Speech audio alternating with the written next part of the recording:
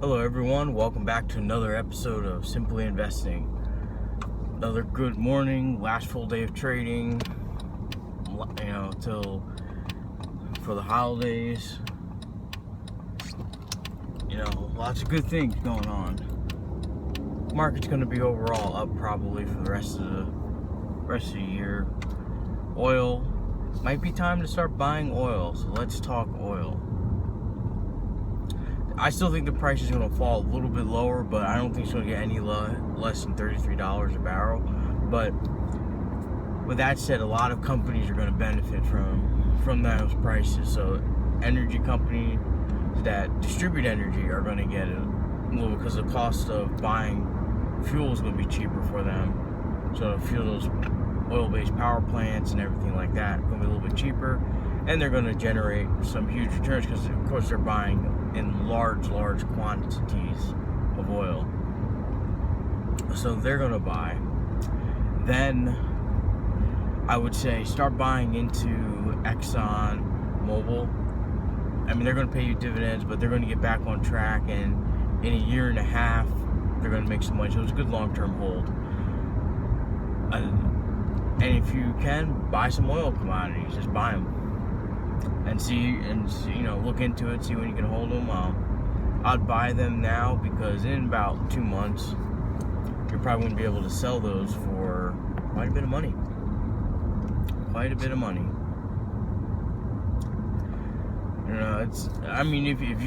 If you can be able to buy like 1,000 barrels, you'll probably sell them for about 10 to 15 bucks higher by the time February, March rolls around.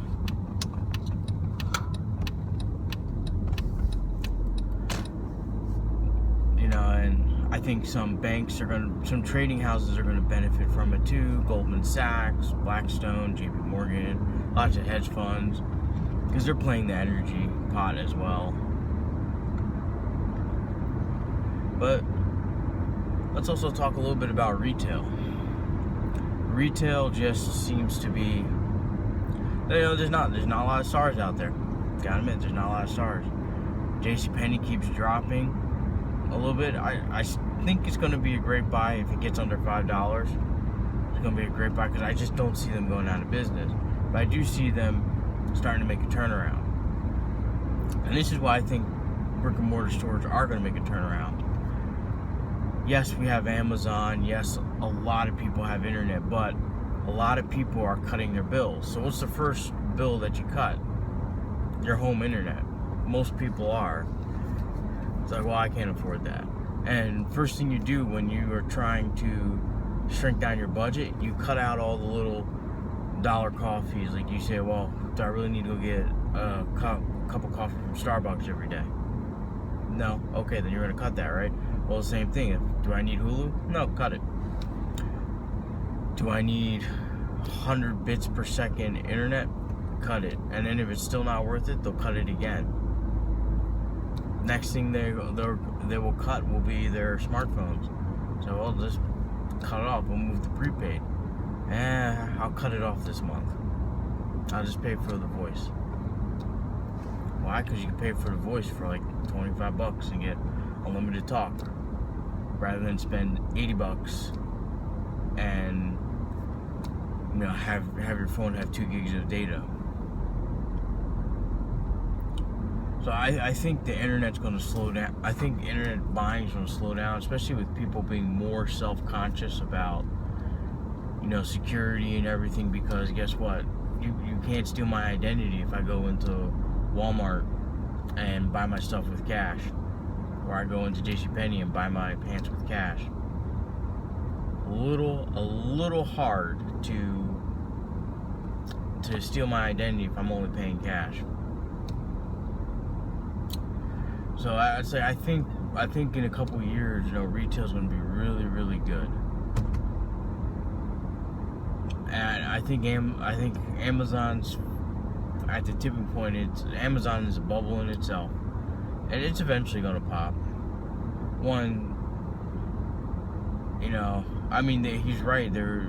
He's striving for not making a profit, but he's going to be the largest retailer. And true, you are the largest retailer.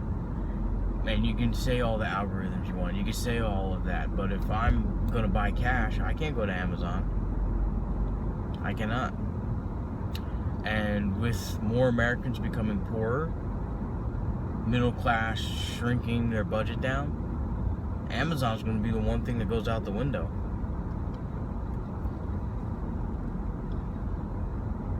And I know I'm probably going to get a lot of flack for this, because, the millennial generation is the internet. It's not going anywhere. It absolutely can. It's a secondary need to society. Internet does not cause anything else to function any way better. We were functioning as a society without internet 100 years ago. So if society drops technology and mobile access, then the companies around there are going to die. Especially if you went from being in the middle class to now being poor and driving a taxi. You're probably not using a bank. I can tell you that right off the bat. You're not using a bank. I was a taxi driver in some of the toughest times of my life, and you don't have a bank. You just put everything in a safety box. Why? Because you never know when you're going to need extra cash. Plus, the mentality was like, why do I need the bank? I'll just leave it here and just store it. And that's the mentality of most poor Americans. Like, why do I have a bank? Why do I need a bank? So the bank could go out of business and I don't have any money? I'll just keep my money in a box in my house. No, not wise, but it's better to them. It's better than the alternative. They don't want anyone having control of when they can go to money. And they're very good at budgeting.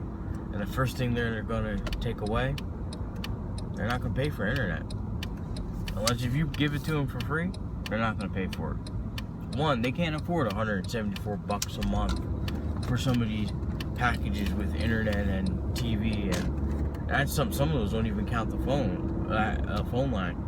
It's just crazy. So it's like, how can you afford that unless if you have a job and a lifestyle that sustains that? So you'd have to be middle class, because if you're in the lower class, that's 20-30% of your check. So what are you logically going to do? You're not going to pay for it. If you have a phone, you'll probably have Cricket, which Cricket probably won't like me saying this, but that internet sucks. I mean, you're secondhand, and when you're prepaid, you're secondhand, so your internet is the first to be slowed and cut off for people who have contract phones. So they just slowly stop using the internet. And for the middle class, you work more. How are you going to use the internet when you got to work 12-hour days? You work 12-hour days, you come home, you probably spend 2 hours in the morning, 2 hours at night, and you go to sleep. So where's the internet usage there? And I can honestly say myself, I have not bought anything from Amazon. I have not bought anything from Amazon my entire life. Why? There's just no need. There really is no need. Plus, my philosophy is, if you have to return something on Amazon, how would I go about returning it? And that process annoys me. I'd rather go into a store, return it, and get my money back. And I think most people are going to start reverting back to that. Like, well, I want to see it. Just like, I don't think these tech startups with buying cars via a mobile app is going to work. Because what are you supposed to do with a used car? Drive it. Why? Because you want to know if it's a lemon or not, and you want to know how it drives. Every car. Why do you think you test drive a car? Because you want to know how it drives. You don't want to just buy a car and not know how it drives and move on. Unless if you're buying a Rolls Royce, then I guess there's no need, because the damn thing better not be a lemon. Better be the pinnacle of perfection if it's over $300,000. But if you're buying a $10,000 car, no, you better test drive that car, because you don't know what sounds it's going to make. You don't know the bells. You don't know anything about that car. The timing belt could be wearing out, and you can hear it grinding. Transmission may need fixing. You can tell a lot of that by driving the car. So it's like things like that. I just can't understand why you would want to buy it online. And I think young people are starting to become aware of the fact that the millennial generation, like, there's just some things you just cannot buy online. You can't buy your house online. You can't buy your car online. You definitely don't want to buy furniture online. I mean, in the beginning, they tried selling food online. Didn't work out too well, right? Because you kind of want to see and inspect your food, right? That's just the way it is. And I think we're just getting a little too crazy with this online gig. I'm not saying there's a lot of benefits. I mean, let's take YouTube, for instance. I mean, I remember the first time I had to fix something in my car. It wasn't a tire. It was like I had to fix something underneath the car. I didn't know how to fix it. I was broke, so I didn't have the money. I YouTubed it, got the parts for maybe $100, and did it myself. And I fixed my little Corolla, you know. I think that's a good tool. But however, if you're broke, if you really are broke, yeah, you don't have access to internet. Your phone's cut off. At home it's kind of boring. They watch DVDs and basic cable. So I think that whole area of our economy is going to implode a little bit. And it's coming. People don't want to say it. People don't want to talk about it. But it's coming. It's coming. But I wouldn't invest in brick and mortar stores just yet. I'd give it another year. Let's see how next year is going to play. What my next topic is, you know, the next crash. No one wants to talk about it because people believe if you talk about it too much, it's going to happen. Well, the thing about it is, it's going to happen inevitably. So rather than wait, try to wait it out, and just when it happens, let's prepare for it. So I would say, to me personally, I would say we're probably going to have a crash sometime soon. We're at the peak. We may go a little higher. We may get to Dow may get to 20,000. S&P may get to 25. You know, Nasdaq may get to 6. But I'm telling you, we're going to have a crash, and it's going to be a pretty big crash. It's going to be a solid crash.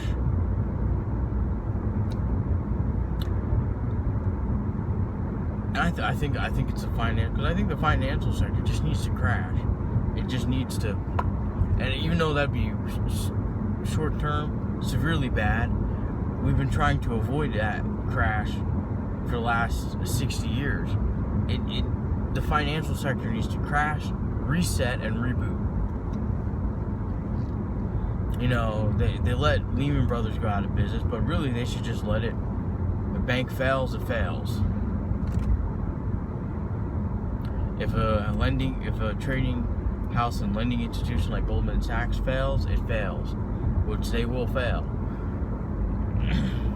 There's one thing if 5% of people default on their mortgages. It's going to be another thing when 99% default on their mortgages. What are you going to do? You can't take everybody to court because that's too costly. 2, what the fuck are you going to do? Like, really? Like, everybody's going to... I think a lot of mortgages are going to default at once. And it's just going to... And that's what's going to kick it off. Because we kind of failed, but we kind of bailed ourselves out. But now we don't have money to bail ourselves out again, so... What's going to happen? Who knows? Who really knows? I think the financial sector is due for a reset.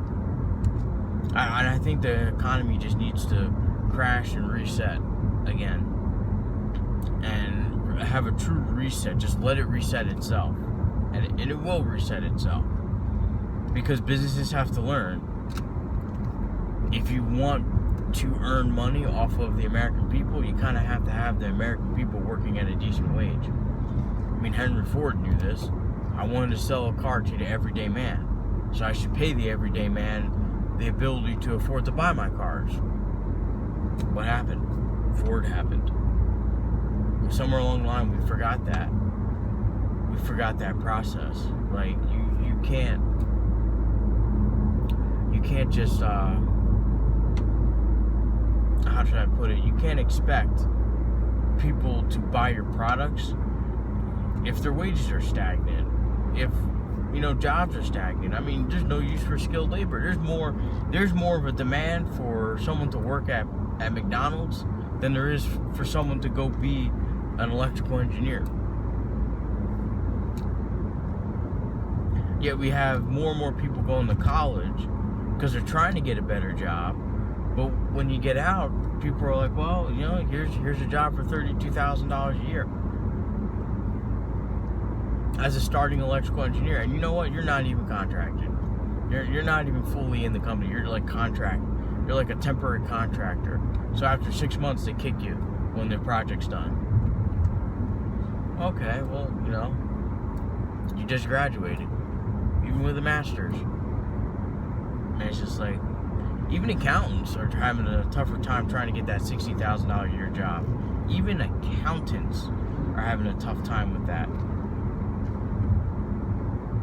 I mean, how can firms pay Ernst & Young so all this money if they can't sell their products and get people to buy it? I mean, it's like, the more you start to stare at the problem, you realize we're just kind of like putting our own foots up our own asses. It's unbelievable, just unbelievable.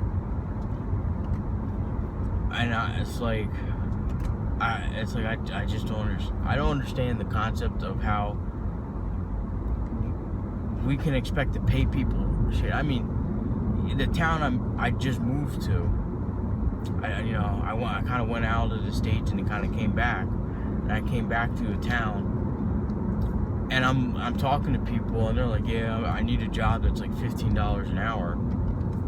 And it's just like, I'm talking to them, like, well, why don't you go over to there? That fits your line of work, right? No. It pays half of what they were getting paid. I'm like, well, good Lord. And it's like, you walk into sort of, prices are outrageous. So it's like, how can you have high prices and pay your people shit? That just doesn't make any sense. At least if you have high prices, back it up by saying, look, our sales associates make $50,000 a year. But, this is America. Fuck everybody else. More for me. It's like, no, that's not how you make money. You make money by making everybody money. You bring, just like a good trader makes money by making his clients money. It has to be advantageous for both people. So it's like I'm a firm believer in pay people what they're worth. Now, I'm not saying go and pay people at McDonald's $20 an hour, but for $7.25 an hour, and you don't even have the fucking decency to make that schedule on time. I can't tell you how many times, I would interview people from these fast food restaurants when I worked in retail as a manager, and their number one complaint was that they would get written up or punished for being late, but they don't make the schedule until Monday morning. So how are the people who work on Monday supposed to know when they're supposed to get in on Monday, and you expect that person to give you 150% for minimum wage, and you can't even give them the decency of planning out their day? Good Lord. No wonder why the economy's so fucked up. Everybody's out for themselves. When I started a business and sold it, I paid people well. I paid people $10 an hour. I had piss poor productivity. I started paying people $15 an hour, started listening to their concerns and adjusting to them. All of a sudden, business started doing $1 million a month in revenue. And it was selling things that you wouldn't even think were possible. And it's just like, I've done it in fast food restaurants I've owned. I've increased the benefits and the wages. Productivity increased, customer satisfaction increased, revenue increased, profit increased. Everything increased. All of a sudden, this McDonald's, which was barely making it, all of a sudden was making like 20% more a month. Steady increases. Why? People gave a shit. This is their store. This is their life. When people work for you, that work is to facilitate their life outside of work. They're just as much a part of this business as you are. So if you are the CEO, the executive, or the entrepreneur, it's not just your company. Everybody working for you is equally invested in your company. So you better push forward and treat them with respect and dignity, because they helped you just as much as, because you may have started the company, but there are people that are the front to your customers, who do the day-to-day operations. You may doing an overall plans and moving the company forward, but they're the ones enacting your plan and physically pushing the company forward. And I wish America would get that. Just because someone's a cashier for you doesn't mean they don't put the same amount of effort as you do. And if they don't, then you must figure out why. Because I'm going to tell you right now, if you told me to work 12-hour days for minimum wage and you're not even going to guarantee me health care and benefits, I'm going to guarantee you 100% work. That's only fair. If you give shit, you get shit. That's rule number one. You don't give 150%, people give 150% for you. You can't. People keep leading like that, you're going to end up getting shot in the back. Well, with that said, this kind of turned in more into a Bobby's rant instead of a morning chat. So, with that said, good luck trading. If you're down for the year, that's okay. It happens. You gotta learn from your mistakes, move forward, make next year be better. Like and subscribe, comment, leave feedback. Like my Facebook page, Simply Investing 2015. Like it.